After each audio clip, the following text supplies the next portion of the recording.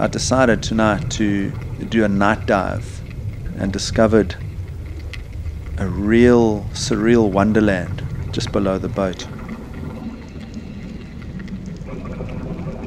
This is one of the inshore reefs, so you see a lot of brain coral, porous coral, and all sorts of organisms growing in between, encrusting this reef. The water was full of tiny organisms, almost like a planktonic soup that I guess the coral polyps must feed on. And some of the orange turret coral growing alongside the brain corals. There were numerous strange feather star type organisms that were wafting in the current, making the most of all the little critters that were floating in the sea.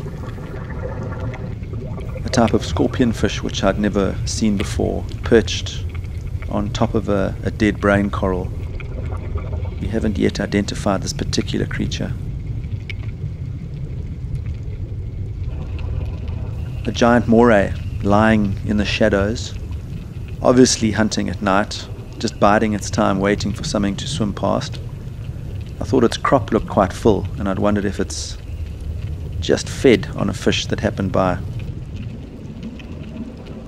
Some strange type of shrimp peering out from its dark recess. And again, I'd never seen one of these before.